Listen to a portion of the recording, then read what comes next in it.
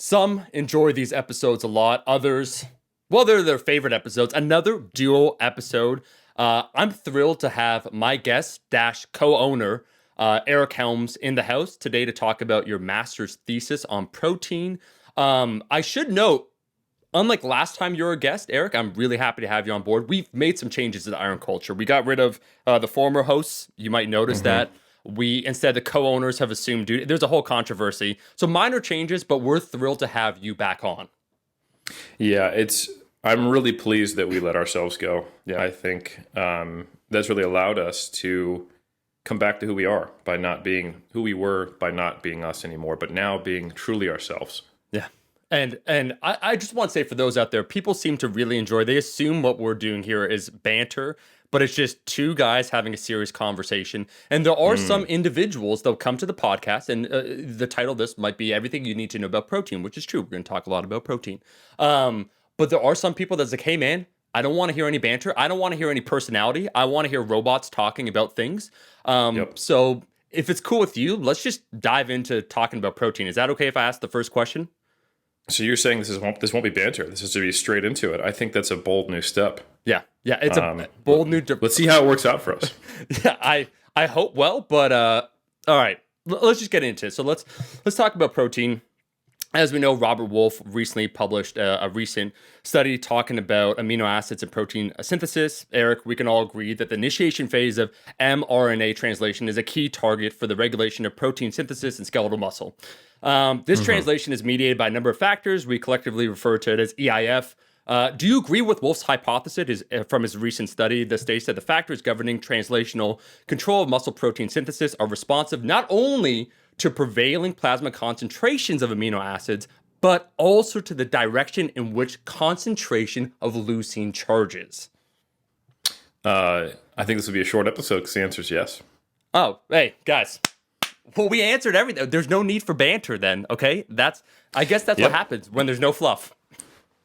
Yep. And we will see you next time on Iron Culture. On the next episode. Now, there is one small piece of housekeeping that we must do before we go on, and that is, Eric, I trust you, and I actually honestly mean that. I noted in your master's... honestly mean that. Yeah, and I do that. I'm stating it out into you're one of the people in a zombie apocalypse. I think people should look to you. You're the person that the nuclear controls can be given to because you have a sense of responsibility and moral integrity that I find very admirable. And this is true statements leading up to what's about to be said. Well, don't worry. I will only nuke the right people. The reptilian overlords. Now, quote. Now, I noted in your master's thesis, your protein, you thanked a specific individual, Cliff Harvey and New Zest Protein, and I just found it weird. I was surprised that a particular company was named, and as you know, when a supplement company supplies something, tainted. Yeah. Yeah, so Iron Culture Confessional. I did, in fact, meet Cliff Harvey, who has been on Iron Culture, so you can see quid pro quo coming out 7 years later. And we met. I discussed the intention of my master's thesis, and I wouldn't say it was a shady back room. In fact, it was an open-air cafe called Pickles near AT Millennium. I walked there, but definitely I think the aura was one of a shady back room with cigars. That shadiness might have been a New Zealand sun, and those cigars might have been eggs on toast, but for the most part, it still had that ambiance. And that's when I made a deal with the devil. And that deal was that in exchange for having to buy the protein at cost, I was able to do this study. So I used my entire master's thesis stipend that I got to do my study to pay for and buy the protein from New Zest at cost so that they didn't make profit. That was the... I'm just going to say it is what it is. You know, this is a bomb. It is what it is. Have you watched The Irishman lately? Yes. Yeah. It is what it It is is. what it is. I paint houses. Yeah. No, but okay, to be serious for a second, this just goes to show once again where passion reigns supreme. I don't know if you said it in the episode with Bill Campbell on air or off air, and I don't know if I'm, we could edit Oh, this boy. out, but how you paid with your own money essentially to complete your PhD thesis, where, they give you a certain amount of money, um, and you ended up paying thousands upon thousands of dollars to complete your thesis, which one, I think it's just incredible. And two, for your master's that we're going to be talking about today about protein, how you elegantly put it at the start where there is this chasm, the paucity between what should be there and what actually is there when it comes to protein research in essentially lifters or people that care about aesthetics. So you're doing the damn thing, you're fighting the good fight, and you're one of the people right at the forefront. So that's the serious thing that I want to say. After reading this and going through it, I'm like, this man is doing the damn thing. He's leading from the front. I appreciate that. And there's actually a really interesting story behind my master's that I don't think a lot of people remember or / know.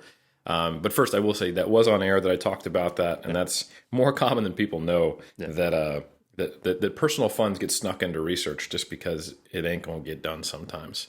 And you may or may not get reimbursed, but in the end, I think a lot of researchers just don't care because they're more engaged in doing what they set out to do and answering questions, and they're generally just curious people. And I'm very fortunate I was in the position where I could afford to pay for my PhD, and that is in no small part because I wouldn't even be out in New Zealand doing research if it hadn't been for the support of our community, actually. So back in 2011, and I think late 2011, early 2012, I started a cyberbegging campaign online asking for funds to actually help me afford to go to New Zealand to do my master's. So, and I think I raised around $5,000 just saying, hey, here is the gap in the research that I want to try to research, that we don't have research on high protein intakes in people who are dieting, not overweight, performing resistance training for the purpose of maintaining lean body mass. And it's just a complete area where we don't have any data.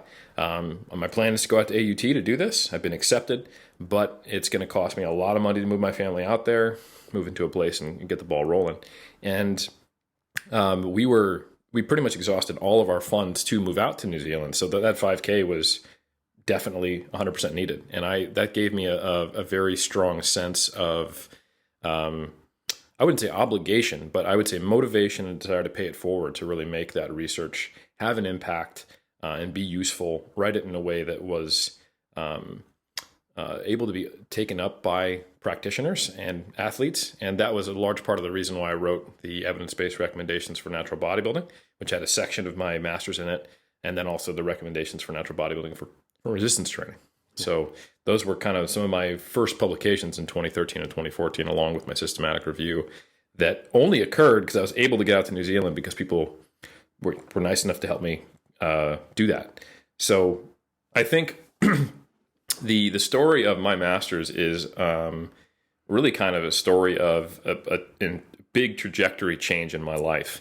I didn't need to do a second master's or a PhD for my quote unquote career or for any specific outcome. I had a master's degree in exercise science. I was, thanks to large in part Matt Ogus's exposure back in the day in 2011, I was an unknown quantity, which gave me a platform to be able to share good information and help people. We were doing a lot of coaching at 3DMJ. We were reasonably well known in the kind of proto social media atmosphere at the time. And I had a full-time role coaching, 30 to 50 athletes at any given time through 3DMJ, which allowed me to have an income overseas. But at the same time, I knew that if I was going to do a research-based master's, I wouldn't be able to coach full-time without, just really going nuts. So this was by far the busiest time in my life, sometime around 2011. I was finishing my my final projects and my courses for my first master's. I was teaching 30 hours a week and building courses at Bryan University, where we were teaching personal trainers and part of a applied associates program. I had 30 to 50 athletes through 3DMJ. I was in the middle of contest prep for my 2011 season. And I was also writing the lit review for my upcoming master's thesis, trying to get a jump on it because I knew I would be working part-time because I'd be out there, still coaching, trying to raise money and all that. So all the money I got from Bryan College just went right into a savings account because to actually getting into AUT wasn't an issue. I had a master's degree, and I was doing what's called a master's of philosophy, an MPhil. This is a qualification you won't find in North America for the most part. It exists in the UK, Australia, New Zealand system because the system's a little different for postgraduate study in that part of the world, where once you get to the PhD, you're expected to already have research experience. You can only get into the program if you've done research, and you must have a postgraduate qualification already. And you're not taking any classes at that point. The PhD in this system is normally just research. You do a proposal, you do your ethics, and then the rest of the time is spent publishing. So you do less courses, more research, and a lot of your coursework in the entire cultural system is front-loaded. Your bachelor's is a shorter period, but all 3 years are dedicated to specialist topics. And if you look at some of the high school systems, you even get to do some specialization later and choose whether you want to go trade or specific, depending on the country. So anyway, slightly different system. So because I had a no thesis master's and I wanted to do a PhD, I had to do this intermediary step of the master's of philosophy, which is just a 1-year thesis. So I came out just to do a master's thesis initially and then do the PhD. The PhDs in New Zealand are partially government subsidized because they're trying to support research. The masters are not. So it actually cost me around 20 grand of tuition to pay for this year. And I was working full time to do that in 2 different jobs to try to save money. And not only did I have to pay that 20K tuition, I also had to show the New Zealand government that I could support myself. And an online coaching business didn't quite meet the stipulations. So what I had to do is just show them a bank account with a certain amount of money in it to show that I could support myself for that year. So not only did I have to raise that 20K to pay for my tuition, I had to raise another 10K on top of that just to sit in an account that I couldn't touch. And we had to buy 2 tickets to New Zealand, which cost around 15 grand a piece. We had to get our cats out there, which cost around 5 grand. So we sold our car, we sold everything on our home. I asked for money from the internet, and I worked, about 60 hours a week all in total for 6 months. And we made it, but it was by far the hardest working I'd ever been in my entire life was 2011, where I was effectively contest prepping, working 3 jobs, and doing 2 master's degrees simultaneously. So That's peak. I've seen Eric handle a lot of things at once. You're saying that's the next evolution where there's kind of, there's Bulbasaur, then there's, I'm honestly forgetting the middle one, then there's Venusaur, Ivysaur, and then there's Venusaur. It's like that's where you leveled up the Eric that I see today through this entire process. You're on the precipice of greatness. Just even the financial amount, what you said about the plane tickets plus bringing your cats over and everything else, and the need to raise that amount of money, knowing, Eric, your connections with Dr. Darren Candown, how you easily could have become probably the Southwest's biggest supplier of creatine, and you chose instead just to, put out good information. Commendable. Thanks, man. I tried to put some fire, into the system, and I like you said, I went from I think it's Charizard to Charmander to get that fire going. Might be the other way around. It's the other way around, but it does. Damn it! Apologies to the Pokemon aficionados, but at least I got the fire part right because that is his jam. It's jam. Not sure of the gender of Charizard or Charmander. You'll forever be cool in my pop culture reference books because you got Animality, right? Which is such a that's such a random reference from episode it's Mortal Kombat 3 specifically. Yep. Oh yeah. Friendship. Yeah, good stuff. Now, Eric, what I wanted to say, it seems, at least the way that it was set up when I read the thesis, that actually there was this chasm in the research itself. So it's not like, I like lifting, I want to talk about lifting. It's like there's not an evidence-based recommendation based upon the available research, where I think you said at the start, the gap was Wilson and Wilson, like 2006. They said, 1.2 grams per kilo to 2.2. But then if you take a measurement of bodybuilders, what they actually do, so the difference between the recommendations by some of the people doing research versus actual bodybuilders is closer to like 4.3 grams per kilo on average. Huge gap. So you're like, I want to investigate this, right? Can you now set it up so we got a little bit of the background? What made you decide on protein and this in particular once you knew you had to do some sort of research? Right. So we're going to rewind the clock back to around 2000, actually 10 or 11, where in my undergrad and in my master's, I took some basically research analysis classes. And I was coming from what I was at least fortunately aware of, a high protein bias as a bodybuilder, and then reading research.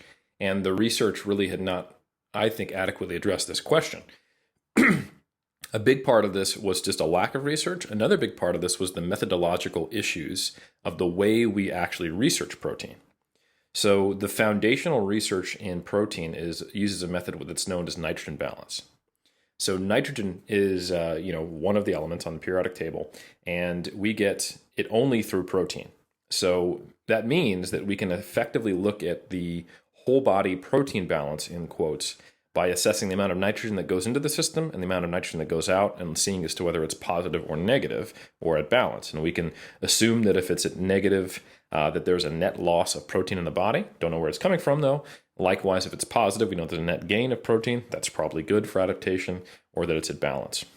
A lot of stuff affects nitrogen balance in terms of macronutrient breakdown, energy expenditure, calorie intake, energy balance status effectively.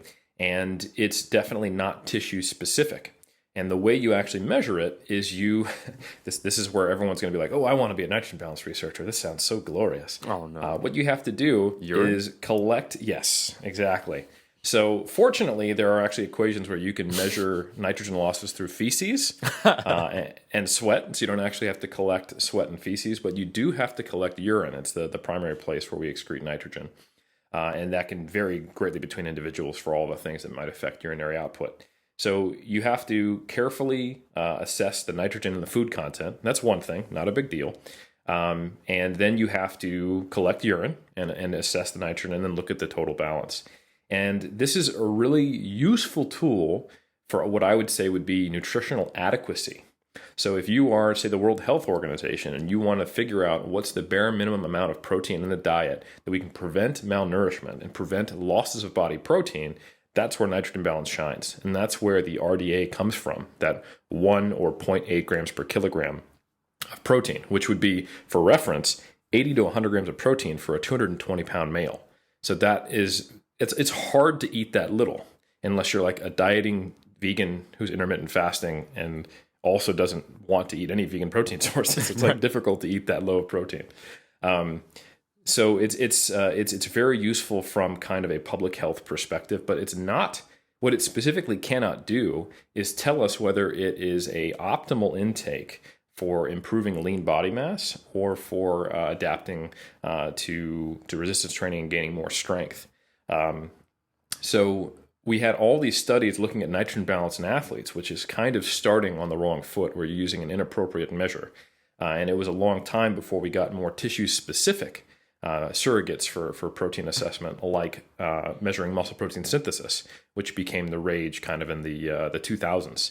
But even that has issues. It's a snapshot, and it's looking at an acute window, and now we've found that it can actually be confounded by muscle damage when you're doing novel exercise. We don't know how much is actually going towards synthesis of new tissue or repair of old. But anyway, through the 60s, 70s, 80s, 90s, the dominant way that we looked at protein was through nitrogen balance. So at best, we could say, hey, whole body protein balance is not negative when you take in this amount for this population. And this kind of produced some pretty low protein recommendations. There were some studies by, I think, Lemon back in the day, and a few others where they saw novice bodybuilders and even intermediate bodybuilders gaining muscle mass I should say, being at a non-negative nitrogen balance around 1.2 grams per kg.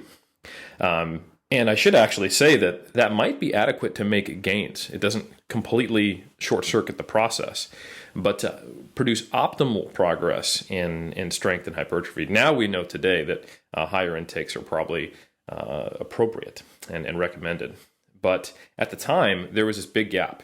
There were only a handful of studies, and most of them were 1 to 2 weeks long, that were assessing differences in actual outcomes. So performance or body composition when comparing different protein intakes. And the problem even there was that in these handful of studies, the big gap was that we were comparing abysmally low protein intakes to very high protein intakes. Right. So for example, Mettler did a classic study in 2010 where they compared 2.3 grams per kg of protein, or just over a gram per pound, against 1 gram per kg, roughly the RDA, and they found that it was better for retention of muscle mass during a diet. But the diet was only a 2-week long period. And then back in the 80s, there was one by Wahlberg, which was very similar, and they were comparing, I believe, 0.8 grams per kg to 1.6 grams per kilogram. So that's like 0.7 grams per pound. And they saw that body composition outcomes were slightly better, and the nitrogen balance was not negative in the group consuming 1.6 grams per kg. But this is only a 1-week diet, and it was a big deficit, like 40%. Yeah. So we didn't have very ecologically valid studies, and those are the only 2 direct head-to-head comparisons. Everything else that I cited in my master's and that I put into the systematic review were studies that captured some element of protein comparisons and had some data, but they were not purposeful direct comparisons because there was nothing done at that time. So when I started planning my master's, I was going to do the third ever direct comparison of 2 different protein intakes, and I wanted to kind of straddle that middle ground versus high, because as you said, when you look at surveys of bodybuilders, both men and women, you almost always look like the mean values are coming up higher than a gram per pound most of the time. There is a range, of course, and sometimes they're as high as, like you said, over 4 grams per kg, but that's more rare. Typically, you'll see ranges in like the 2.2 to 3.4 grams per kg, which is right around like a gram to a gram and a half per pound. That's kind of what most bodybuilders do. So it sort of doesn't matter. The question then becomes, well, are bodybuilders overdoing it, or do they know something we don't? And that was kind of baked into my hypothesis. If you read like my introductory chapter in my master's, I talked about how, hey, depending on what bias and background you come from, you may see 1 gram per pound as an inappropriately high protein intake, or on the low end of what's intelligent, like if you're online at that time. So it was an interesting gap. It was an interesting disconnect colloquially, where you'd have a dietitian who might, from 1 or 2 reviews that are saying, hey, and this is probably not even necessary, recommend 2 grams per kg up to 2.2 grams per kg, or just skirting close to 1 gram per pound in their clinical practice. But a bodybuilder sees 1 gram per pound as the rock bottom minimum they should ever be taking in, and it's probably not the best. And that's incredible, because I think one of the key distinctions has to be between getting adequate intake and then optimal, where something like the World Health Organization recommending essentially for a 200-pound, let's say male or individual, 80 to 100 grams of protein. It's like, well, would that be optimal for an individual if they want to, build muscle? And then we're also going to talk about body composition. As you get leaner, what happens when you're in a negative energy balance?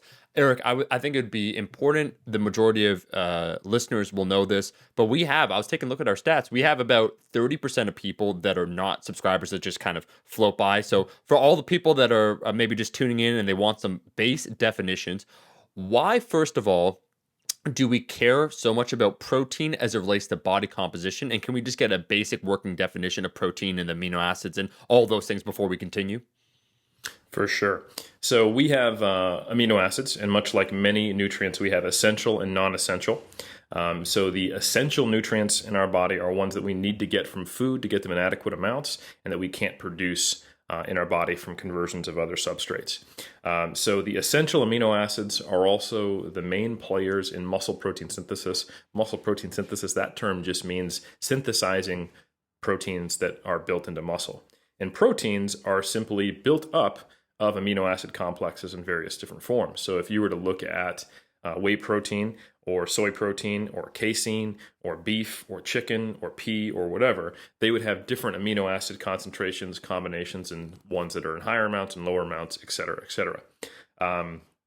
And some of the most important aspects of protein for the actual muscle building process is one, the leucine, which is an essential amino acid that is the primary, actually, in your joking intro to this episode where you talked about leucine, that's a very important amino acid that's studied constantly, because it's what's called the leucine trigger. It is what turns on the machinery in the cell that begins the process of laying down new proteins. And if you think of leucine as the ignition key, and then you have to reach a certain threshold amount to get that cell to start going, hey, cool, I can start building protein, along with, I should really point this out, the stimulus that we need to actually elevate it constantly to actually lay down enough protein, so resistance training. Then the fuel tank and the engine that keeps rolling, that would be the rest of the essential amino acids. So that's kind of the place where protein sits. But that's also a very, I would say, narrow view of the role of protein in the body. As you exercise and you devote more protein to muscle protein turnover, whether that's, even if you're doing an endurance exercise and you end up just having higher levels of muscle protein breakdown, having to repair that just because of the high level of exercise, but you're not really creating a stimulus to grow new muscle, you have increased protein requirements. And it's all coming from the same pool. So that means that other body processes are getting less access to protein. So the overall requirement to not be in a negative nitrogen balance, I talked about before, is higher in any athlete or any active individual, regardless of whether or not that'll actually help them get stronger or bigger. So a way to think of it is that higher levels of activity require higher levels of protein to maintain a positive or neutral nitrogen balance. So we're not losing body proteins to fulfill those energy requirements being higher. There's an additional factor that when you are resistance training and creating a stimulus where your body could lay down more muscle proteins and grow new muscle at a faster rate than you would have if you were doing, say, less volume or not taking in enough protein, you can optimize that process by eating more protein. So by resistance training, you're increasing the ceiling to how much protein you can take in and get a benefit from a resistance training performance perspective.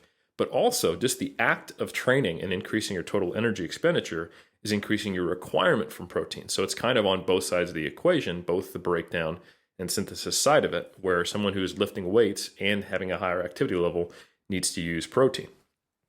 Now, there are other things that affect this. So you mentioned being in your energy status and also your body composition. Mm-hmm. So our bodies are, we have storage forms of carbohydrate and storage forms of fat in our bodies. The very obvious one is our body fat. So we can tap into that to get triglycerides and to use fat for fuel.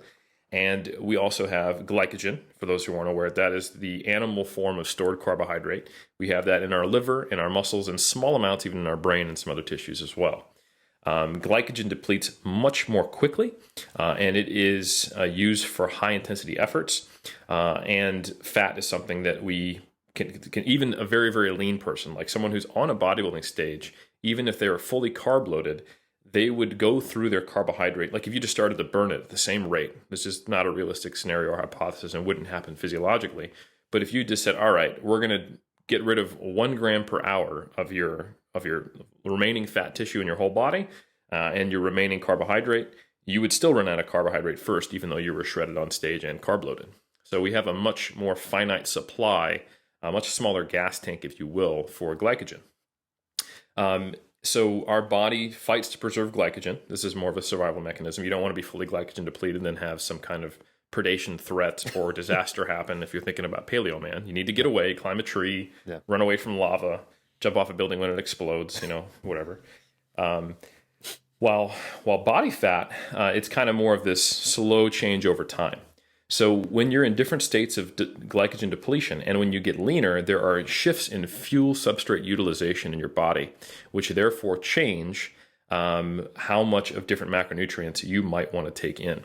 And this is largely hypothetical when we put this forward. So the argument that I was creating was coming from different lines of research. My basic hypothesis was, hey, I think a bodybuilder during contest prep, one of the reasons that they perhaps all take in very high protein intakes is because the changes that you see in your body as a bodybuilder are the most pronounced when you're dieting down for the stage. You see your body get more and more muscular on a weekly basis, while after kind of the beginner stage, it's almost like an annual or yearly basis for a natural at least. And even at the very high level of enhanced ranks, sometimes you're only seeing people put on 4 or 5 pounds between seasons.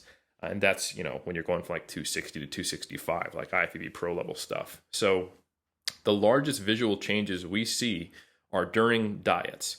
And it may be that to facilitate this loss of fat mass and protect lean body mass, that high protein diets would be have the most utility in this state of a low energy intake and a lower and lower body fat. And here's why.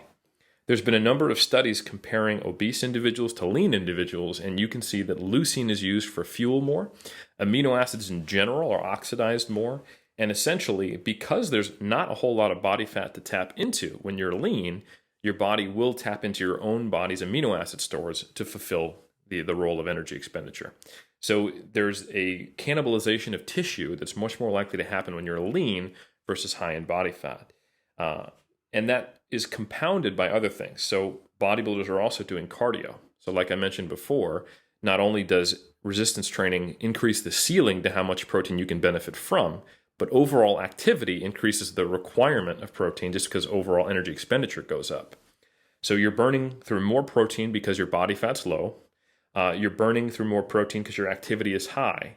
And then lastly, bodybuilders are in a state of negative energy balance, which means that they're going to be partially glycogen depleted and getting lower and lower in body fat. So if you have all these potential fuel tanks, you're running out of the ones that aren't protein all the time.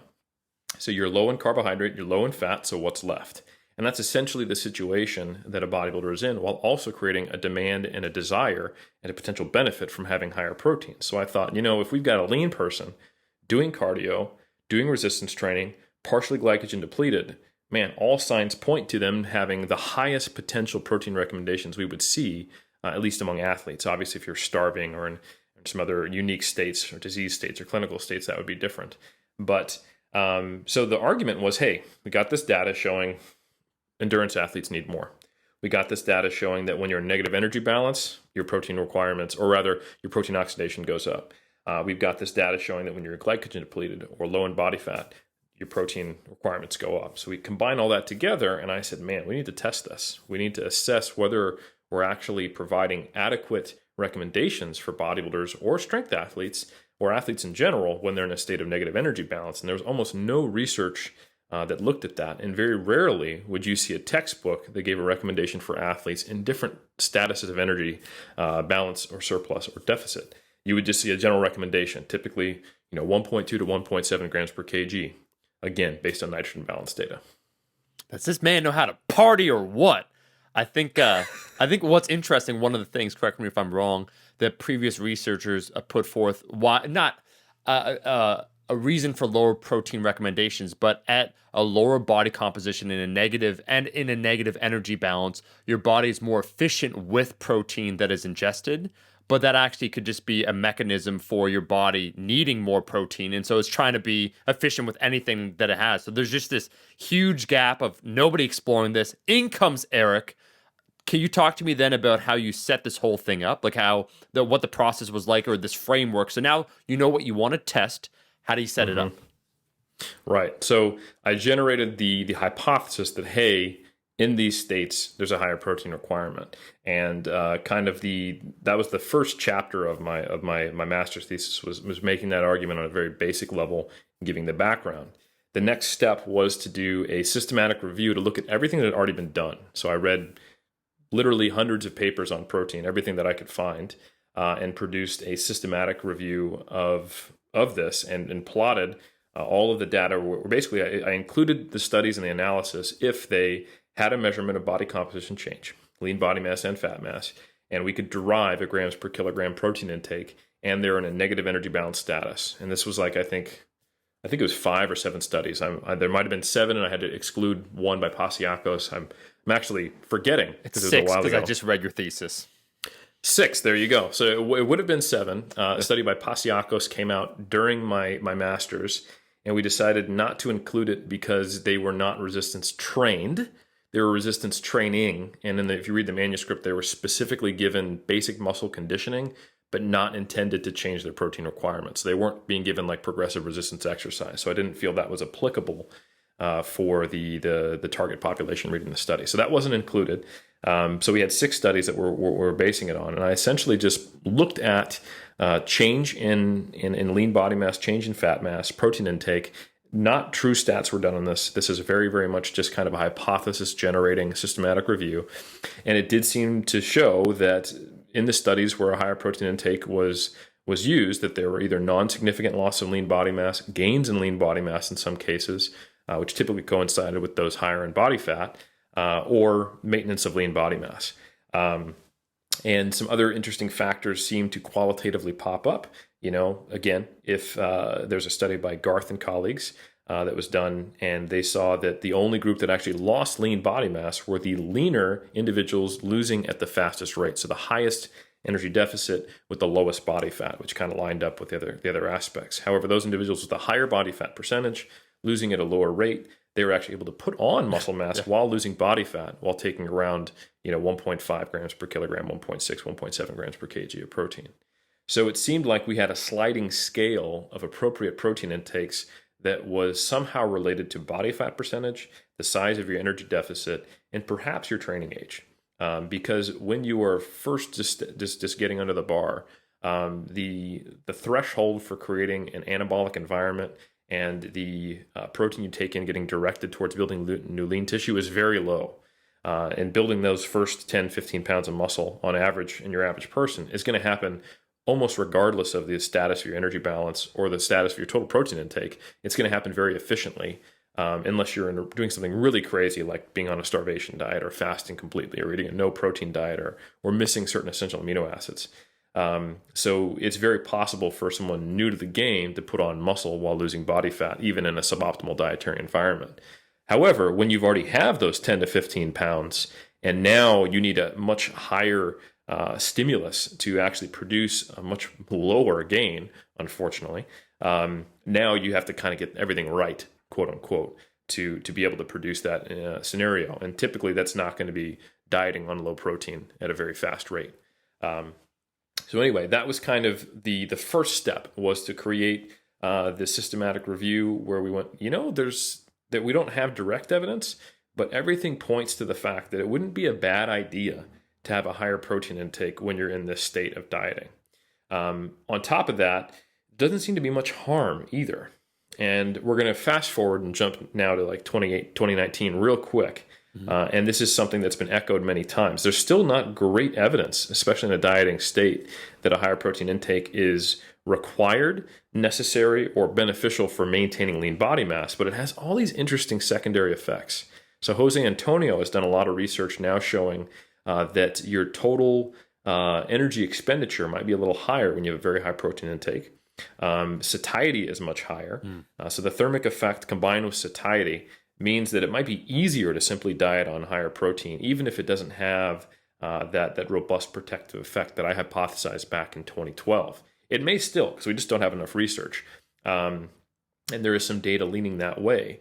But we're not 100% sure, but there are certain benefits to having a high protein intake during a diet that relate a lot more to adherence, satiety, total energy expenditure, ease of fat loss, that may still make it something worth considering. And we have a fair amount of robust data suggesting that there is no danger to a high protein diet, unless from a kind of a sports performance optimal perspective, it displaces carbohydrate or fat. And I think that was something that I really tried to emphasize as well in that research review, is that, hey, when you've only got 2,000 calories to play with, you don't want to go too high in protein, because now you can't actually even fuel the exercise. Yeah. And another thing I wanted to emphasize was that the differences are pretty damn small.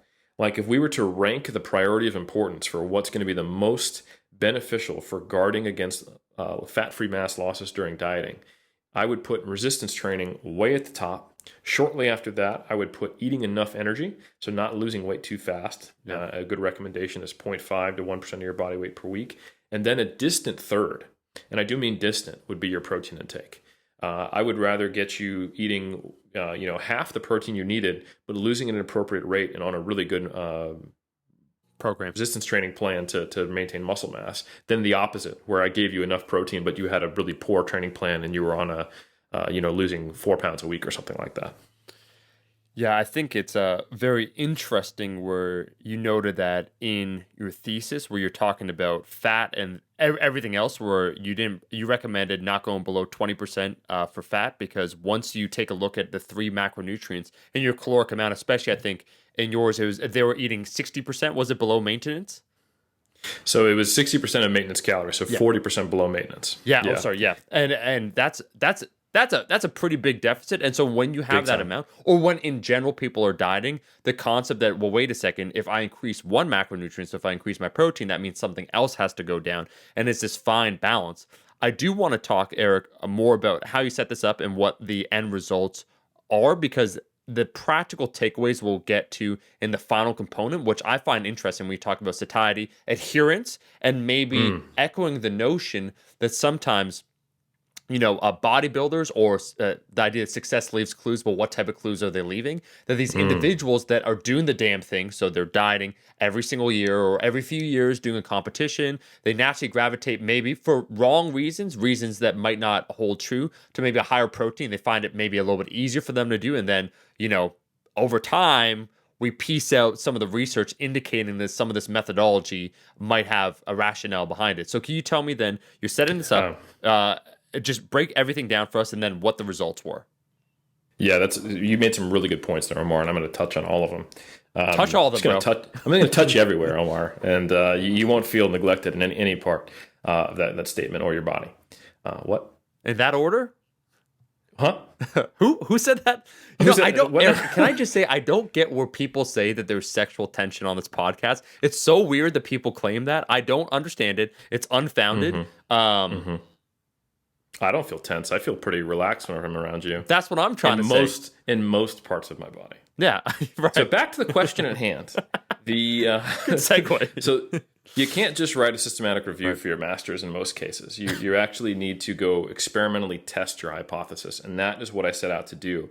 And this was my first time where I had to eat a large piece of humble pie when it comes to being a researcher, because it was the first time I did research. And I went from being a PubMed ninja to being, the armchair quarterback of research, which we run into all the time. And I was a relatively well-read individual. I'd read everything on protein. And I was so focused on picking apart the flaws and finding the limitations that I thought I would confidently step into the gap and then solve them all. And if you were to go back and read the first draft of my proposal for my master's, I was going to solve all the world's problems with my master's thesis. And the realities of research came around, and I ended up doing about 20%, the bare minimum of what I thought would be worth publishing in the end, because that was all I could do. And I just didn't realize the logistical hurdles that one has to overcome to do research. So the original plan was I was going to get for a 4-week crossover period, so 4 weeks on a diet, at least a washout period of that length, and then coming back 4 weeks again on a different diet. This group of athletes, they were going to be on the same training plan. We were going to test 1RMs. We were going to do a Wingate test to get anaerobic power. We're going to do maximal jump height. We were going to collect urine so we could get nitrogen balance. But we were also going to then assess body composition. And we thought we had a dunk tank that we could get working that used to be available at AUT. We were going to get high-level skin folds, which we have, which are really useful to get actual change in skin folds. We weren't going to derive a body fat percentage from it. That was going to be for the dunk tank. And man, there might have even been more measures, but we had power. Oh yeah, there's a muscular endurance measure. So like after the 1RMs, we do percentage of those to failure. So what I had was this study design where I would have had these people in the lab for like 4 hours, collecting urine the whole time, visits to their house, delivering food, and at every step of the way, things became less and less feasible. Another thing that I wanted to do was actually use MRI to assess hypertrophy, because that's the gold standard, right? And we always talk about that, like, hey, we need an MRI. So I hooked up with a PhD student at Auckland University that has that's the oldest and largest university generally in the Auckland area. They don't really focus on sports science. That's kind of AUT's bag. But anyway, they do a lot of biomedical engineering, a lot of medical research. And I spent a couple months trying to help this PhD student get this old MRI working from like the late 90s. It actually had like old software that if we booted it up, it would fail because it just couldn't run on the new system. It was that old. And I was trying to help this biomedical engineering student repair this MRI. And long story short, I don't know if she ever got it fixed, but I was running out of time. Yeah. And I was like, this isn't going to happen. And then the dunk tank we could never find. It was in disrepair. They got rid of it. And then finally, there was some serious logistical issues when I looked at what I would have to do nitrogen balance. So we cut nitrogen balance. We cut the MRI. We cut pretty much everything. And what it eventually came down to, also, I applied for an NSCA grant for nutrition research to get around $3,000 to fund all this. Did not get it. And that's really common. There's 40 plus people and I was somewhere ranked in the 20s. So I wasn't the top 3. So I didn't get the grant. So there was no money.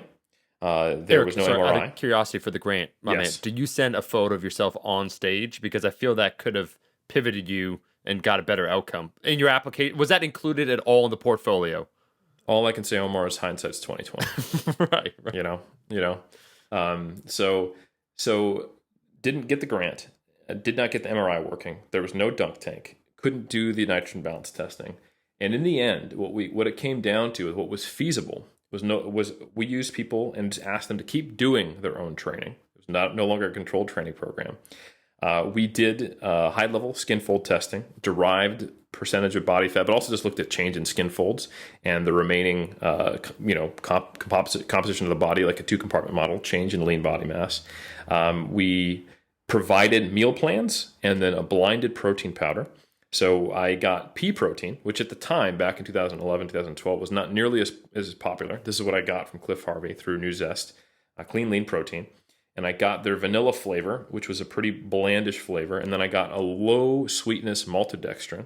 So I cut maltodextrin and pea protein in different levels so that people couldn't tell what they were taking in. Everyone was used to casein, soy, or whey. And the maltodextrin had a very low level of sweetness. So I had like an 80-20 blend of maltodextrin pea protein and then a straight pea protein. And then I used this with meal plans that were almost identical, so that with the meal plan plus the protein or maltodextrin blend, it would get them to same calories, different macronutrient combinations that would put them either at 2.8 grams per kilogram of protein for one crossover arm or 1.6, with a shift in the amount of fat and maintaining the same amount of carbohydrate. So one of the meal plans was lower in carbs, or the other one was lower in fat. So we were able to clamp everything except total protein intake, and then the proportion of fat shifted. And we thought that was a good idea to preserve performance. So we couldn't, say, oh, well, they couldn't perform because they're on a low carb diet. We wanted to remove that potential critique. So we also couldn't do the 4-week crossover because in the end, I had a year to do this study, and a 4-week crossover sounds like a short study, but it actually becomes a 12-week study because I got to do 4-week crossover, minimum 4-week washout, and then another 4-week crossover. And you're thinking, oh, 12 weeks isn't that long. But people who don't do research don't realize you don't just get all people at the same time and have them go 4-4-4. You have rolling enrollment. It took me 6 months to do this at half that length of 2 weeks off, 4 weeks, 2 weeks on, 4 weeks off, 2 weeks on, to wash out, have them regain the weight, get back to normal status. And they had to be weight stable before going into each arm of the study. So it was a big ask, and there was actually some pushback at the PG board level, the postgraduate board level, for me to actually do a non-cross-sectional acute study. But I was able to get it done on time. And the metrics we were able to look at were skin fold changes, derived percentage of lean mass and body fat, mid-thigh pull, which is an isometric test that correlates very highly with squat, deadlift, and Olympic lifts. And it's basically you're standing on a force plate and you have an immovable bar set about your mid-thigh, pulling as hard as you can with straps, and it gives you a certain number of Newton output. So it's a maximal strength measurement. So we had mid-thigh pull, and then we also got the profile of mood states and the daily analysis of life demands for athletes. So 2 psychometric questionnaires that they completed on a daily basis. And we analyzed their mood state, maximal strength, and body composition changes.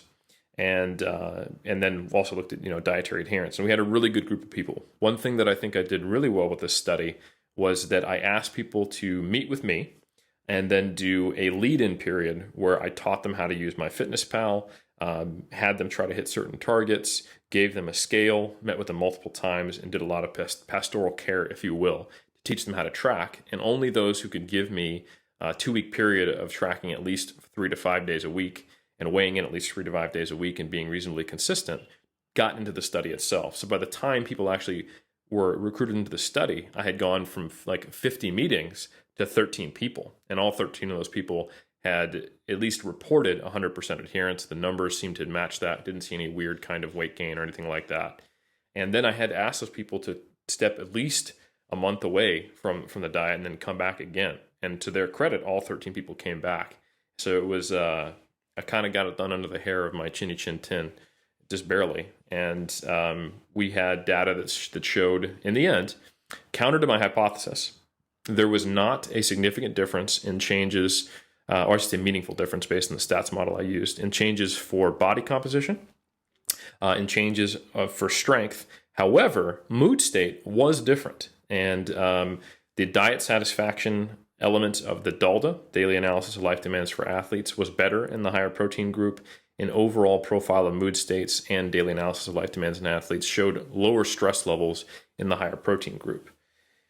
Now, it's tough to say whether or not we would have picked up other differences had we had the equipment I wanted. Now at AUT, we do have an ultrasound. We do have access to DEXA, and we have a bunch of other things that we might have picked them up. But 2 weeks is almost nothing. Yeah. And again, I was looking for small differences because we had people on a moderately high protein intake and a high protein intake versus kind of those conceptual old studies done by Wahlberg and Mettler where they were going, right, let's see if protein matters at all. Right. We're going to take a really high protein intake and compare it to really low. And that's not to say like that research was biased or not useful. It was basically a concept-based study. Like if we manipulate protein substantially, can that affect the outcome? Okay, yes. Now the next research to happen was to find where those graded responses occur. So, had the study been 3 times as long, had we been able to get an MRI working to see small changes in muscle mass, had we had the 2-compartment model dunk testing versus, an equation and skin folds, who knows? But I was intrigued that, like you said, sometimes where trainers or athletes get in trouble is not in their observation, but in their explanation for the observation. Yeah. So, for example, I'll give everyone one that we're all pretty familiar with, a myth that's been pretty well debunked. High reps get you cut. I remember when I was training back in Georgia, way back in the day, I just got out of the military. I was working as a personal trainer, and there was a high-level natural bodybuilder who was telling me that he was doing cable crossovers close to his combination because all that's doing is adding striations. So his belief was that the cable crossovers, high reps, isolation exercise, it was physically adding striations to the muscle. And that, high reps, they don't make you lose body fat necessarily. They actually change the structure of muscle to make it more detailed. And because I asked questions and I made sure I understood what he was saying, and I didn't believe him, but I wasn't also going to argue with him in the middle of the gym floor. I had better social cues than that. And the funny thing is that in the evidence-based community, we poo-pooed that whole high reps to get cut thing for so long because of that exact assertion that no, it's not changing the structure of muscle. However, if you want to calculate the energy expenditure from exercise, it's pretty proportionate to the total work you do. And higher reps, if you were just to take sets times reps times load, are almost always going to produce higher workloads. Because you can do 20, 25, 30 reps with 50 to 60% of your 1RM. Yeah. And if you multiply 25 to 30 by 60, that's a lot more than, let's say, 10 to 12 times 70. Yeah. So low load, high rep training burns more calories. It also depletes glycogen more. So depending on what your breakdown looks like, you might see this leaning out effect from doing high rep training. But it's not necessarily, breaking the rules of energy balance, or is it actually changing the structure of muscle in some kind of meaningfully different way than moderate or heavy load training that would probably be visible to the human eye. But it's doing something. Yeah. So the observation wasn't wrong, what the explanation was. And we see things like that happen all the time in the bodybuilding community. So like you said, I don't think I had the adequate data to answer the question that I set out to ask. But I did produce an interesting finding that, to my knowledge, was the first time that moderate to high load, the high amount of protein intake was compared to where people felt better on a pretty high calorie restriction. Like you said, 40% deficit for 2 weeks when they're on a higher protein diet. And that's now been found and echoed in some of the more recent research where higher protein diets induce more sensations of satiety, even compared to moderately high protein intakes. And that they also, in some of Jose Antonio's research, might allow you to eat more calories or feel like you're eating more calories because of the satiation or high thermic effect. So it may be that you get overall better outcomes and you observe better effects of being on a high protein diet as a bodybuilder, but whether it's directly attributable to retention of muscle mass or not is still up for debate and requires further research.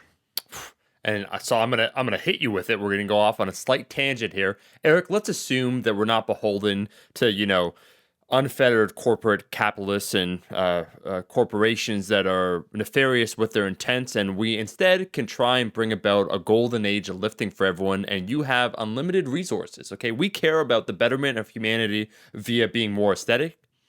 If you could set up another study hypothetically, so you said, from the inception, what you want to do, from the feasibility, what you could do, the funding you get, that's what you got. You set it up. If you had, I don't know, $100,000, and I don't know if that's a small amount or honestly not enough for what you'd want to do. But let's say you have unlimited amount of money and unlimited time and some participants. How would you set it up between the two protein intakes? How long would it be? Like what would be a study you would like to see? Kind of like where you get the idea. It's like, all right, assemble for people that like sports. Is like assemble your dream team for whatever basketball. It's like, all right, Eric, assemble your ideal protein study to measure exactly what you wanted. Yeah.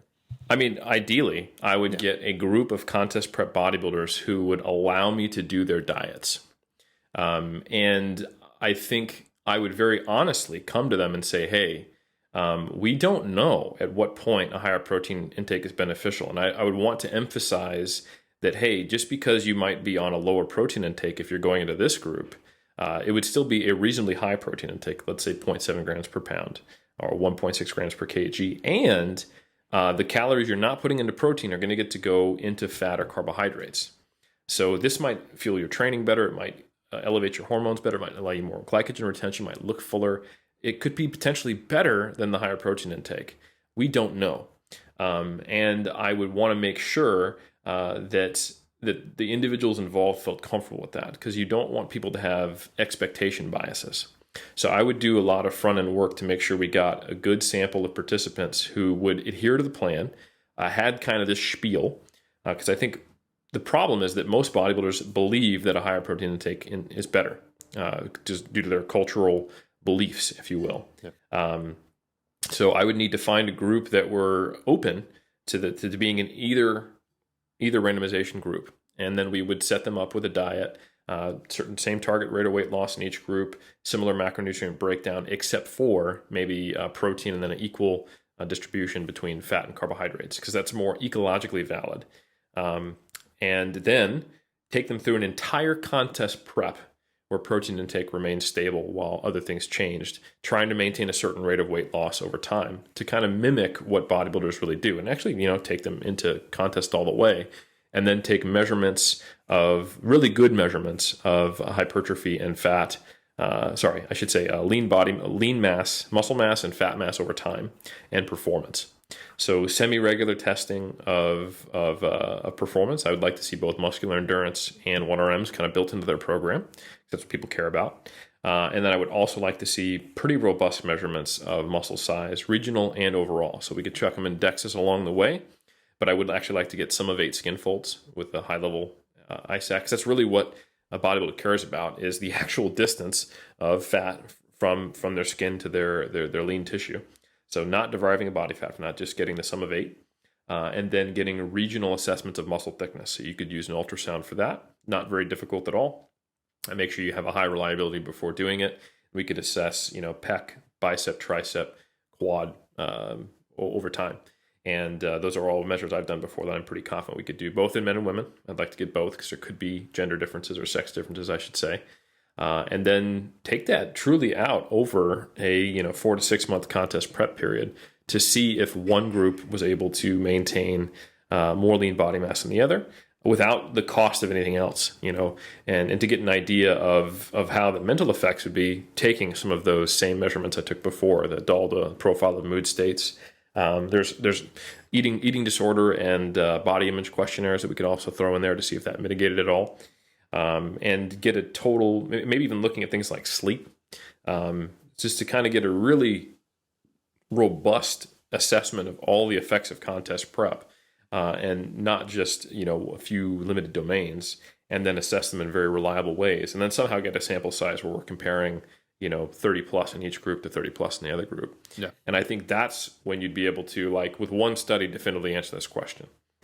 That's probably not going to happen, but we are getting closer and closer all the time. Shortly after I finished my research, a number of other studies did come out. There was a study that came out of Stu Phillips' lab where they compared a group consuming 2.4 versus 1.2, and the 2.4 grams per kg group for 4 weeks, which is a lot longer, did better. Yep. They were actually able to put on a little bit of muscle mass versus the other group losing a small amount. And then not too long ago, Rob Morton, also a student of Stu Phillips, who's now a professor, led a meta-analysis that I was a part of, where not in a calorie-restricted state, but just looking at all of the data we had on resistance-trained individuals consuming different protein intakes and the effects on lean body mass and strength, found that there was a benefit to taking higher protein intakes, but it somewhere would be in the range of about 0.7 to 1 gram per pound, or 1.6 grams per kg to 2.2. That was kind of that cutoff point and the upper threshold of the 95% confidence limit. For anyone who knows stats, you might know what that means, but essentially, we're always looking at probabilities and estimates and population averages.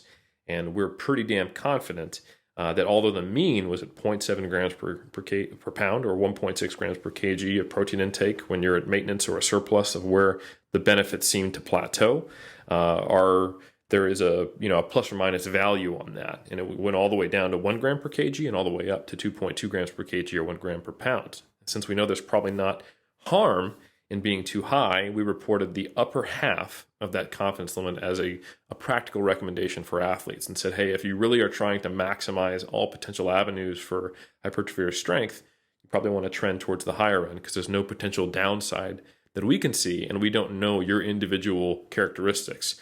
So if you want to make sure you're very not likely to be taking in too little, trend towards the upper half. So that's why the recommendations you'll see in my books and in most posts is 0.7 to 1 gram per pound if you're not in an energy deficit, and maybe slightly higher if you are in a deficit or trending towards the upper end of that range if you're dieting.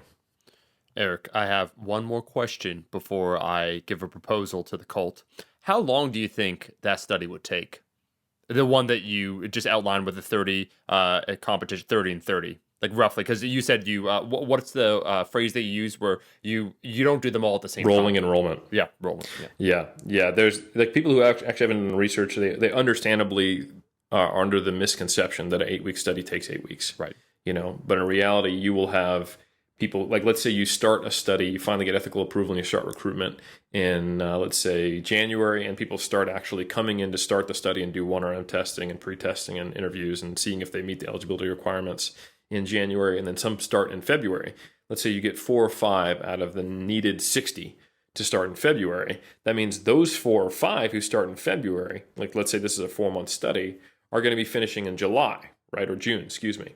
But that's only 4 or 5. Yeah. And then maybe you have a 10% dropout rate. So one of those 4 to 5 people doesn't make it through. So you finish with 3 or 4 in June. Then you get a few other people who come by in March, some in April, some in May, some in June, some in July. And to actually get to that magic number of, let's say, 60 that I proposed in this study might take you 2 to 3 to 4 years, realistically. Yeah. Okay. And that's unless you've got multi-site data collection or a huge research team and multiple labs in the same location, or just a massive, really efficient setup. That's one way to do it. Mm-hmm. For example, to go back to my PhD, if you listen to that episode where we talked about autoregulation, the final study we did was an 8-week comparison between 2 groups.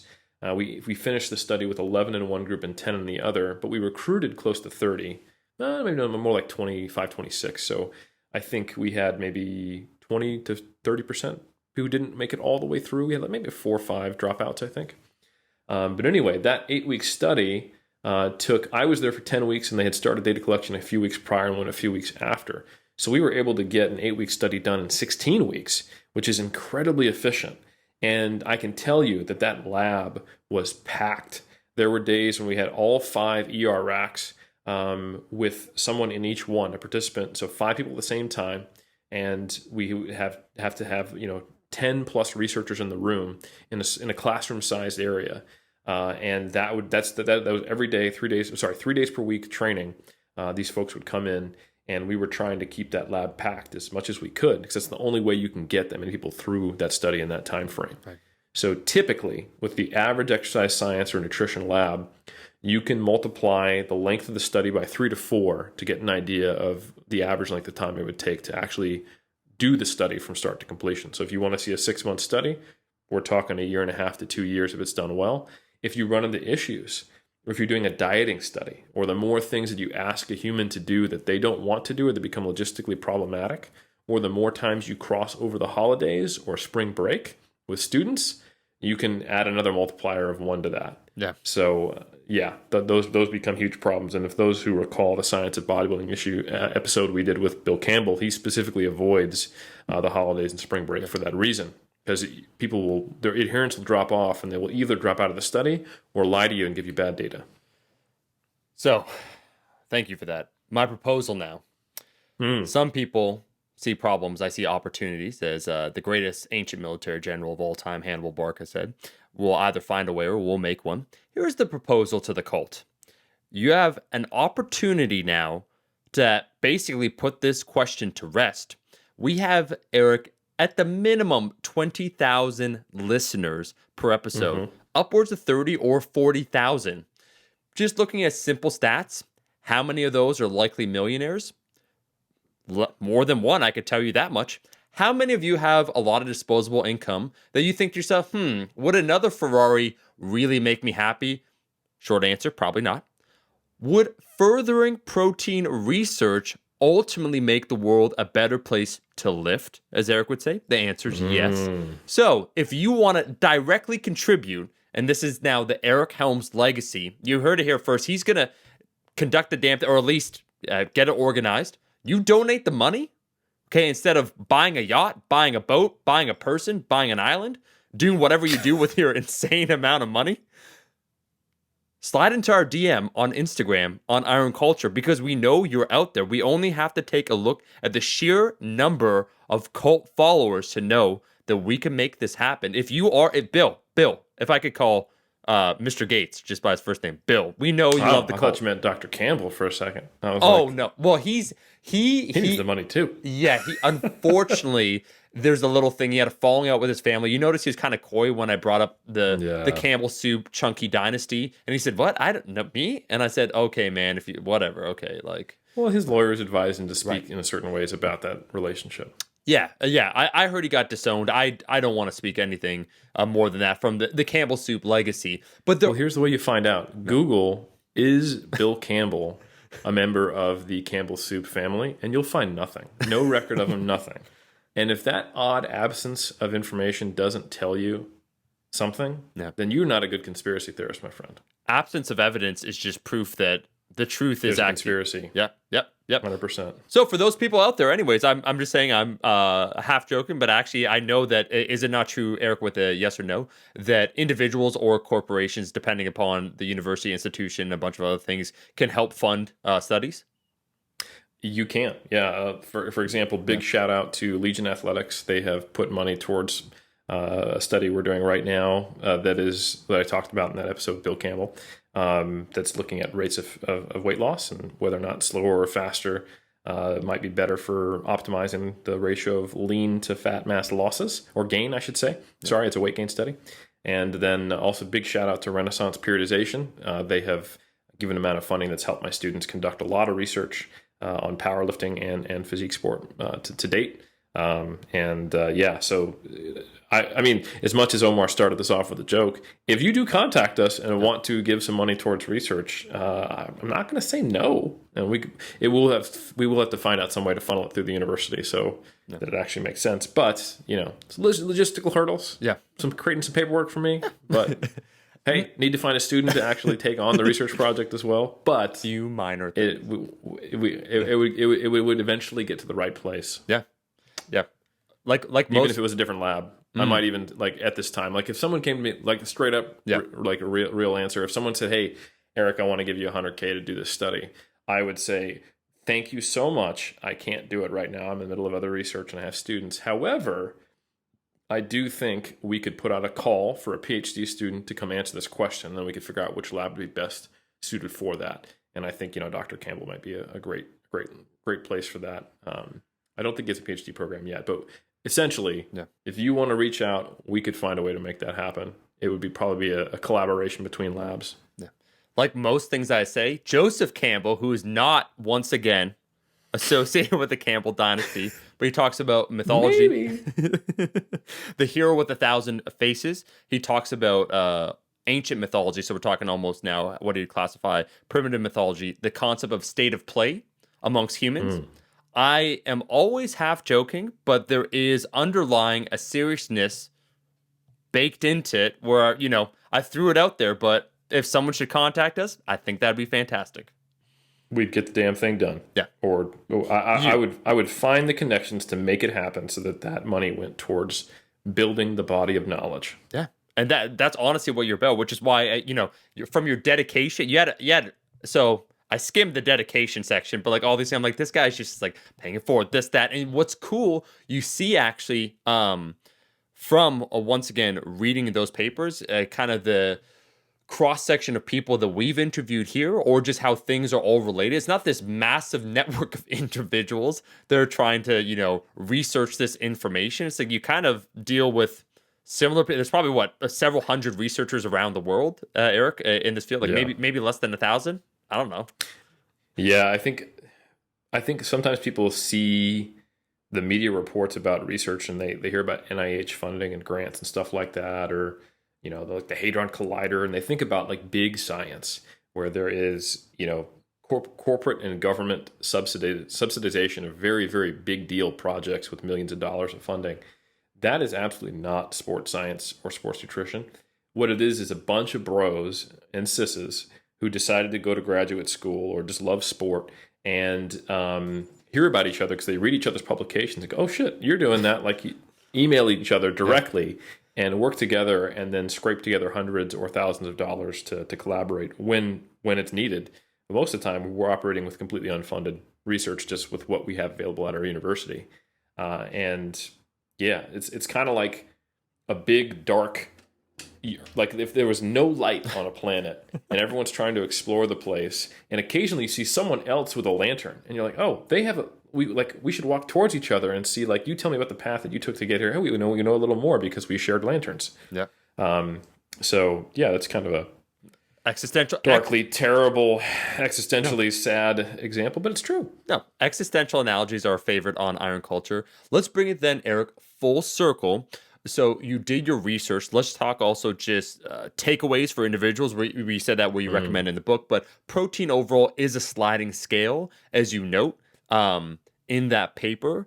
Let's talk about the practical takeaways for every individual out there, because I don't like for people that want to optimize their composition, their goals. And let's face it, you're listening to this episode, and those that seek out this information, you don't think to yourself, yeah, I want to bench 2 plates. It's like, I want to be the best that I can be. I'm not saying I'm going to be obsessive with this, but I'm probably going to be training for a while. So I don't like the reductionist where people say, bro, it's like, why are we even talking about it? It's like it's gram per pound per pound of body weight, and that's pretty much it. If you're under or over, it doesn't really matter, and just training. I'm just like, okay, okay, buddy. It's like, I even noted that, Eric, and we'll have another episode, like our reflections on 2019 or whatnot, from leaning down after not doing it for a long time. There's little things that you notice, and how it really is small details that truly make the difference. You noted where it came to adherence, that protein can be a factor. Let's talk about some of the practical takeaways for individuals listening when it comes to protein requirements for their goals.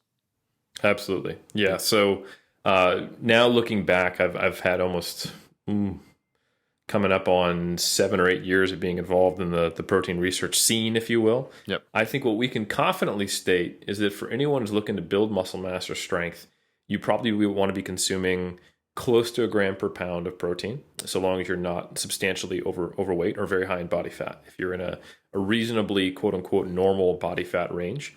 And the reason why I bring that up is if you're very, very high in body fat, a smaller proportion of you is lean mass, which is kind of the target of lean body mass. So a quick fix, if you are someone who is very high in body fat, if you're someone with obesity, you can use your height in centimeters as a decent target for protein, and that'll put you in appropriately the right range, because there's a relationship between height and weight and lean mass.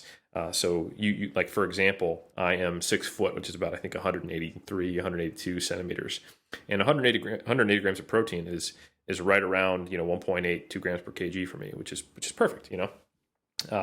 It's right in that range. So anyway, if you're not dieting, you probably want to be taking in between zero point 0.7 to 1 gram per pound.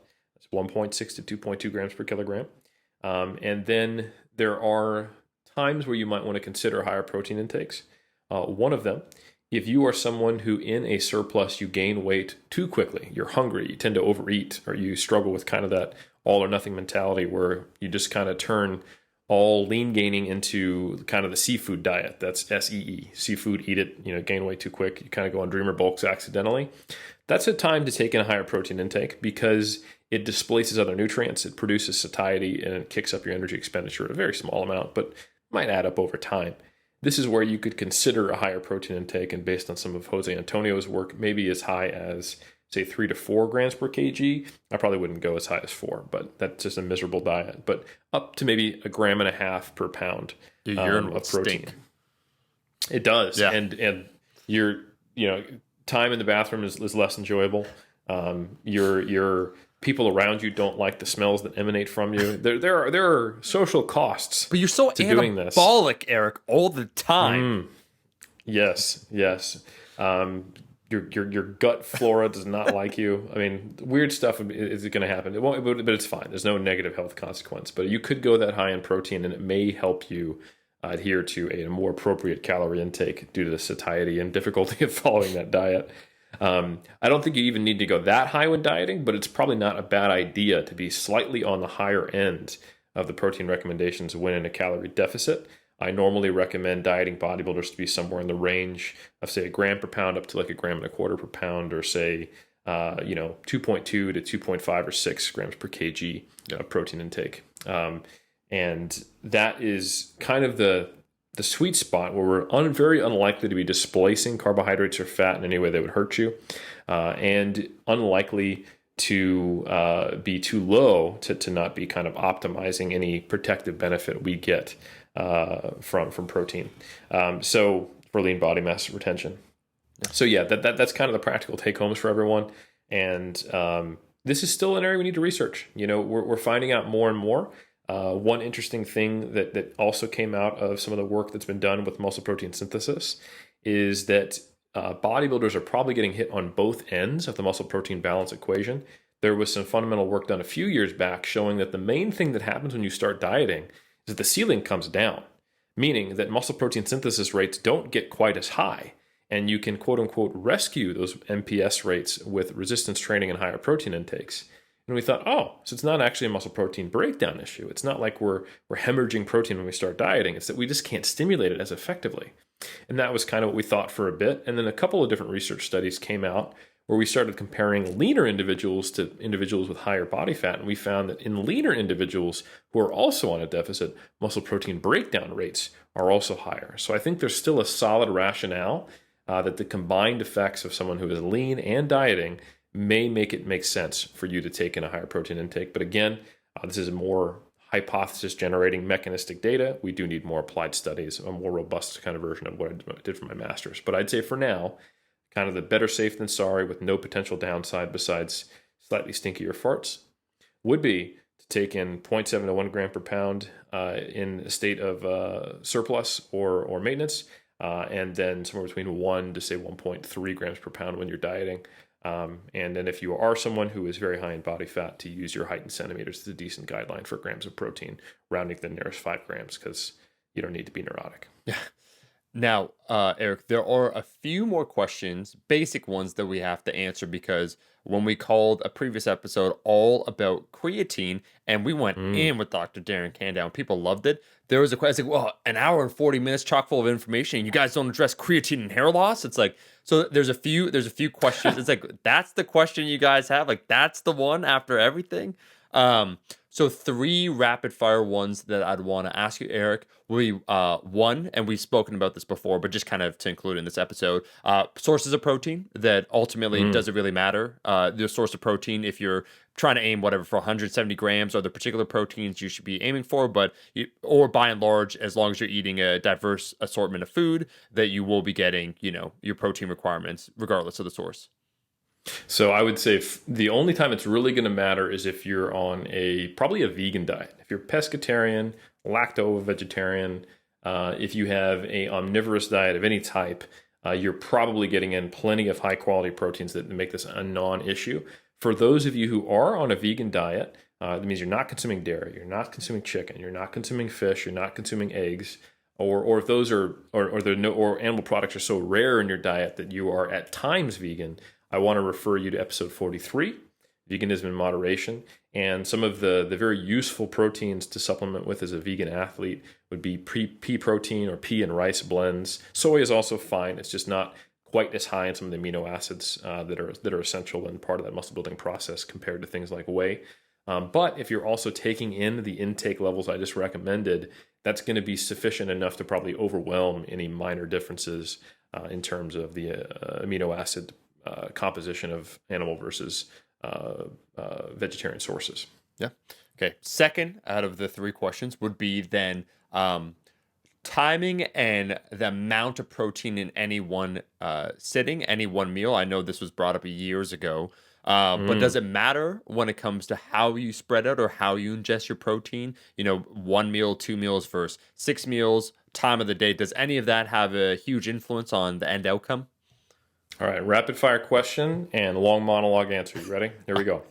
So, unfortunately, I can't answer this with a really quick response. Yeah, that's fine. And this actually kind of goes back to some of the concerns with creatine and hair loss. So the one study we have that people are a little bit afraid of when it comes to creatine and hair loss looked at the effect of creatine on DHT. So DHT in higher levels is something that may be the cause of hair loss, but it's really important to note that the study that found this did not actually measure hair loss. So this is a surrogate measure.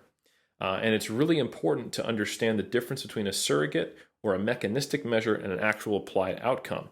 There's been a number of times where we've measured things that are a surrogate for something, but they don't actually change the applied outcome. So, for example, looking at fat oxidation being higher when you do fasted cardio, but when you actually apply fasted cardio over the long term, it doesn't beat out energy balance, and it becomes 6 of one, half dozen of the other. Or, for example, muscle protein synthesis being higher when you take your protein immediately post-workout, but then in the long run, that not in the majority of studies showing an actual enhancement of hypertrophy when total protein per day is equated. So this comes down to there are a lot of theories related to protein spread. That means equally spreading protein between meals, getting a certain number of meals per day, eating protein prior to bed so that you're not spending an 8-hour period without getting protein in, and getting protein around your training to both kind of jumpstart the process of repair to optimize the adaptive response to training. So you take it pre-workout so you can immediately start repairing, or you take it immediately post-workout so you can immediately start repairing and growing new tissue.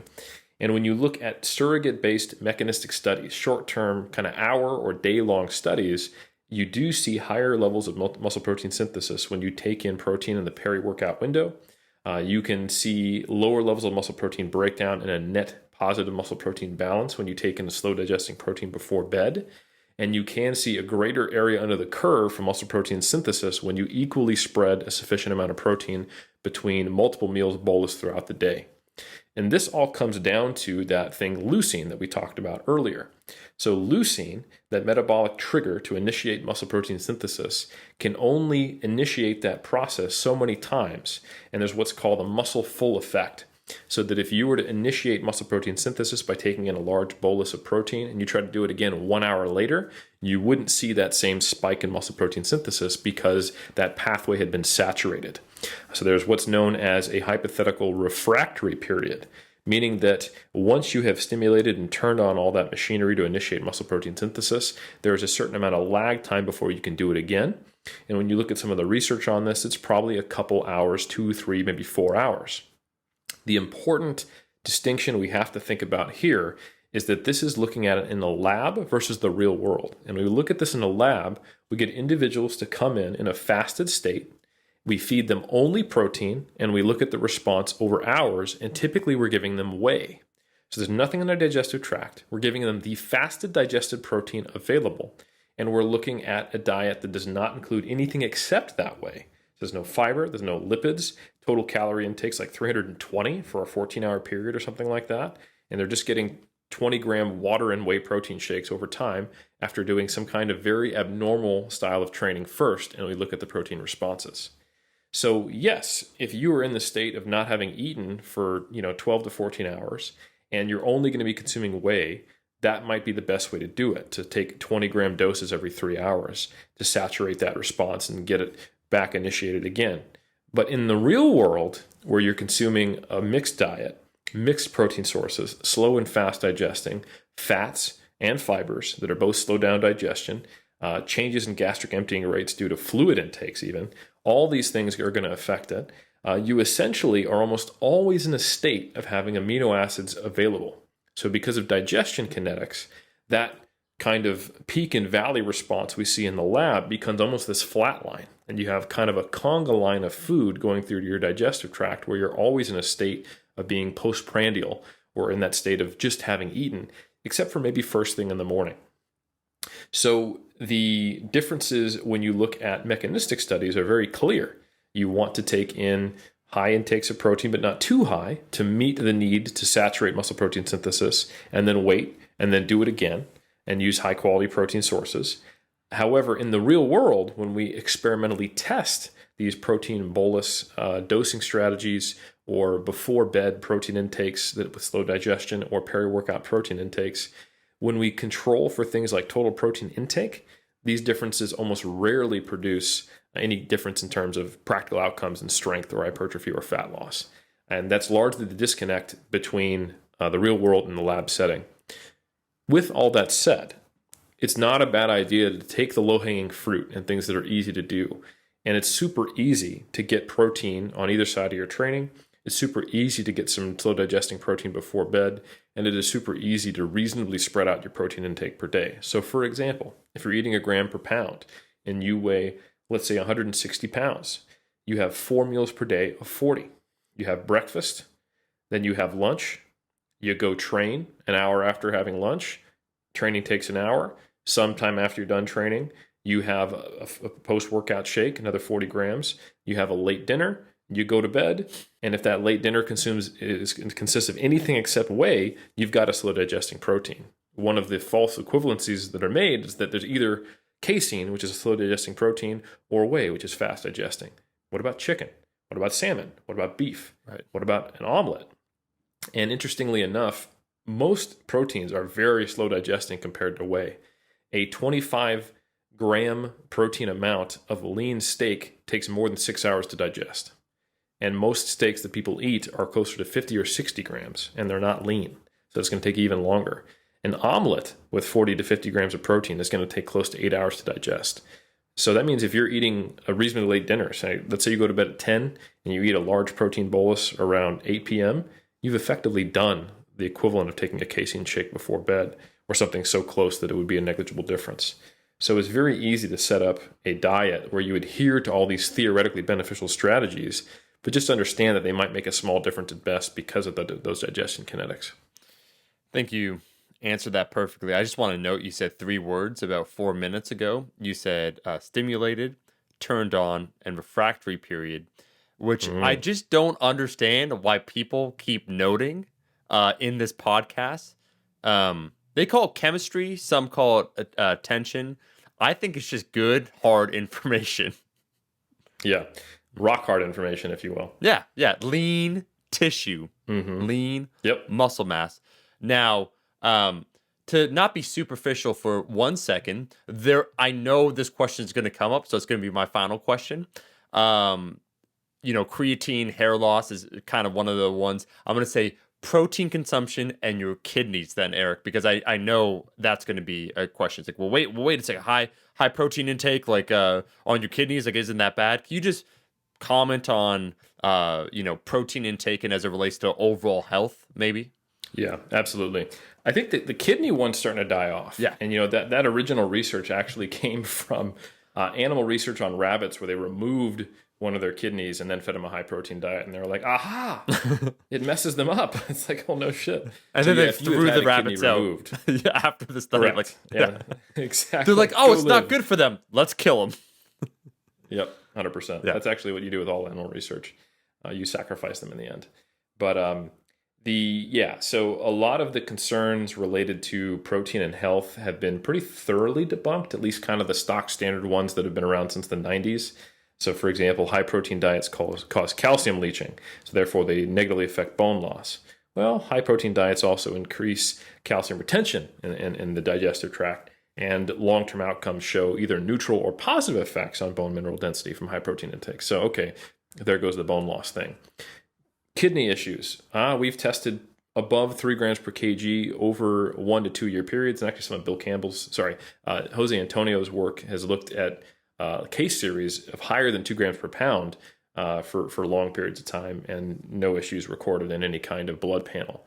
So at least for the levels of protein we've studied over the time periods we've studied, we're pretty sure that in the short term, there's no issue for kidney or bone health from high protein intakes. Where there is legitimate concern, but probably overblown, is some of the relationships between all-cause mortality and cancer risk and high protein diets. And there have been epidemiological correlations and hazard risk ratios to where higher protein diets are sometimes, but not always, and not even robustly, connected with elevated IGF-1, and that being somehow a causative factor or a causative increase for risk factors of cancer. But the most recent meta-analysis I looked at that was published in a very high-impact journal, came out this year, 2019, actually showed that there was a negative relationship between high-protein diets if they were vegetarian-sourced or vegan-sourced, and the relationship between animal proteins and was no greater than normal. So it wasn't an elevated risk at all. So this is something that is reasonably confounded data. So epidemiological research is something where we're looking at relationships. It can't establish cause and effect. It's not an experimental study. It's observational.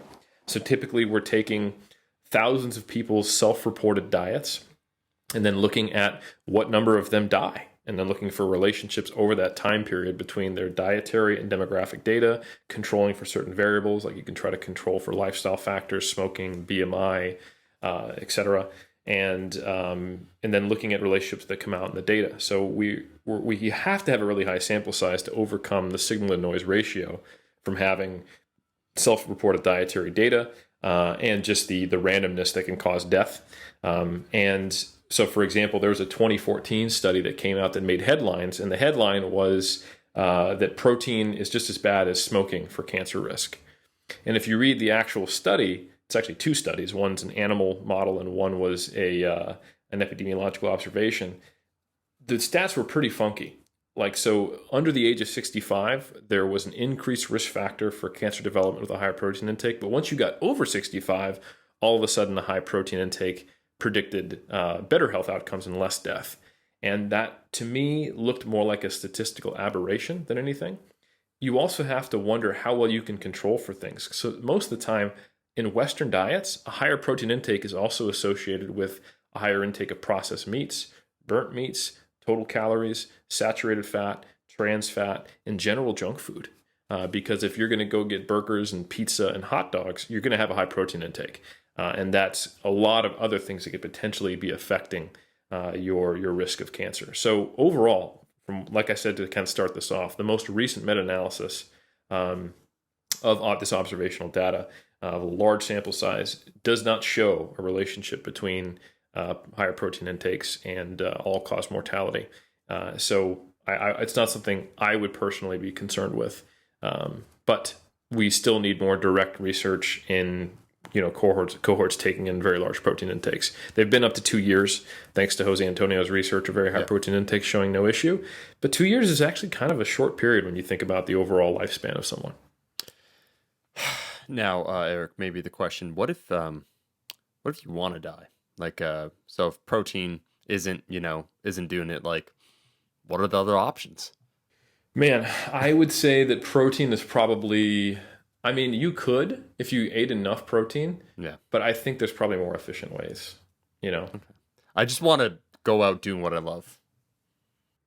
Well, I think unfortunately you get to a point with your protein intake where you wouldn't be loving the intake level, and then you would be like, this is really hard, and it would drive you deeper into depression, right? Because you wouldn't be going out on a high note. You wouldn't be successful. You'd feel like a failure and that you'd lost something you loved.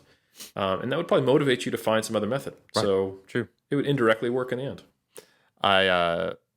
I used to joke, it's like if you ever see a homie at the gym loading up too much weight, like on the squat or something, just out of the blue, and there's like no safeties or anything like that. It's like that's how they want to go out. Where it's like, does this look okay? It's like I don't know. It's like you've never squatted above 500 pounds, and you have 8 plates on there, and you're gonna walk this out, and you have no spotter, you just like silently know. It's like kind of that's the way he wants to go out or she wants to go out.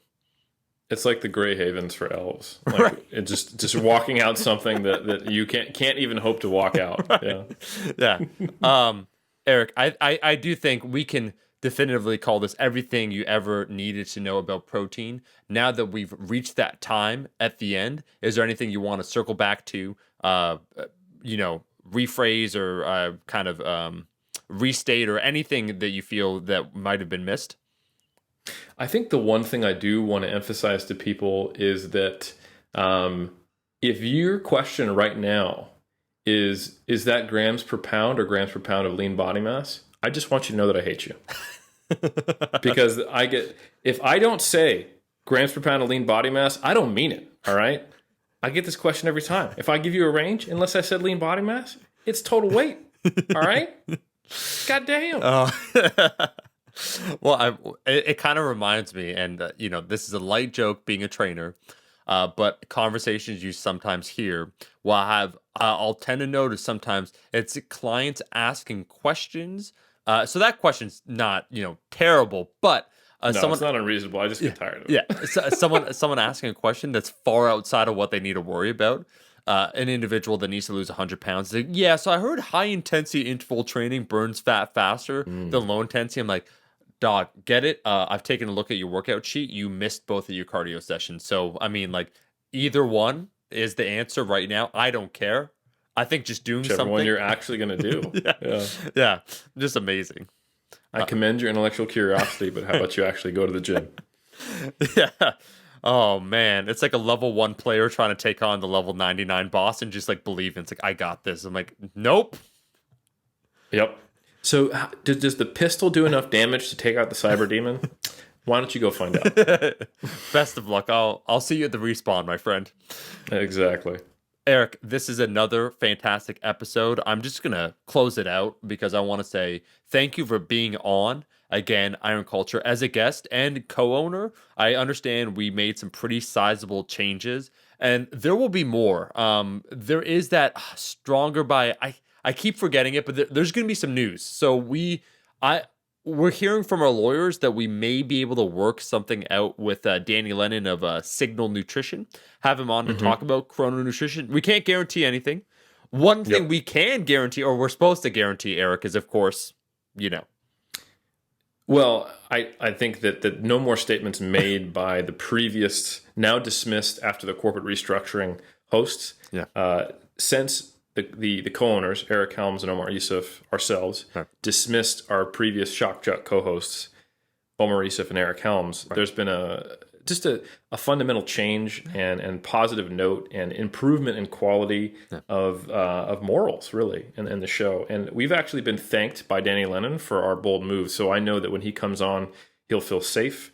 He'll know that he's in a place of compassion, and that it will help drive Signal Nutrition to being even more popular than it already is. Eric, I think the real question is, will we feel safe? And I mean, that remains to be seen. So I just want to say that we're fighting for the moral fabric of the fitness industry on Iron Culture, and individuals can help us out. Okay, look, it's hard out there. I took a look, and Eric thought I was joking when I said in the last episode where I said we're doing battle with podcasters too, Sex with Emily and Sex with Dr. Jess, who we're in the